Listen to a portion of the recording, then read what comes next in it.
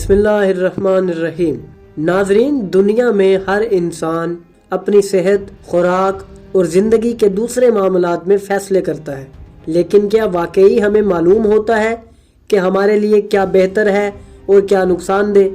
اگر انسان اپنی عقل پر بھروسہ کرے تو وہ اکثر دھوکہ کھا جاتا ہے، لیکن وہ ہستیاں جو اللہ کی طرف سے ہدایت کے لیے بھیجی گئیں وہی جانتی ہیں کہ ہمارے لیے کیا اچھا ہے اور کیا برا۔ یہ وہی ہستیاں ہیں جو انسان کی خلقت سے پہلے موجود تھیں اور زمین پر اللہ کی حجت ہیں۔ اس حقیقت کی ایک مثال امام حسن عسکری علیہ السلام کی یہ روایت ہے۔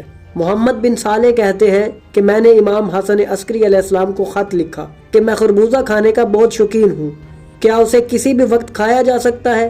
تو امام نے جواب دیا کہ ناشتے سے پہلے خربوزہ مت کھاؤ، کیونکہ ایسا کرنے سے فالج ہو سکتا ہے، لہٰذا اسے ناشتے کے بعد کھانا چاہیے۔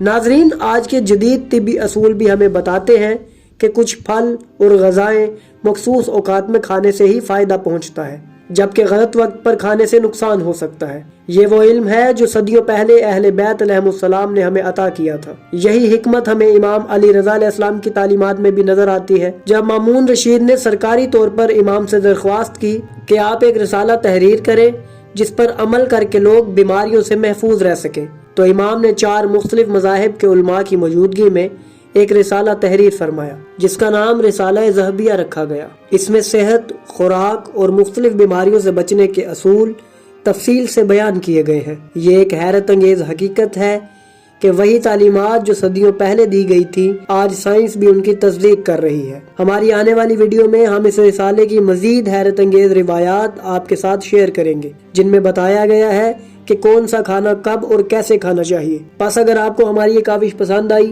تو ہماری ویڈیو کو لائک کریں، ہمارے چینل کو سبسکرائب کریں اور بیل آئیکن کو بھی دبا دیں تاکہ آپ کو ہماری آنے والی مزید ویڈیوز ملتی رہیں اور آپ علم سے مستفید ہوتے رہیں۔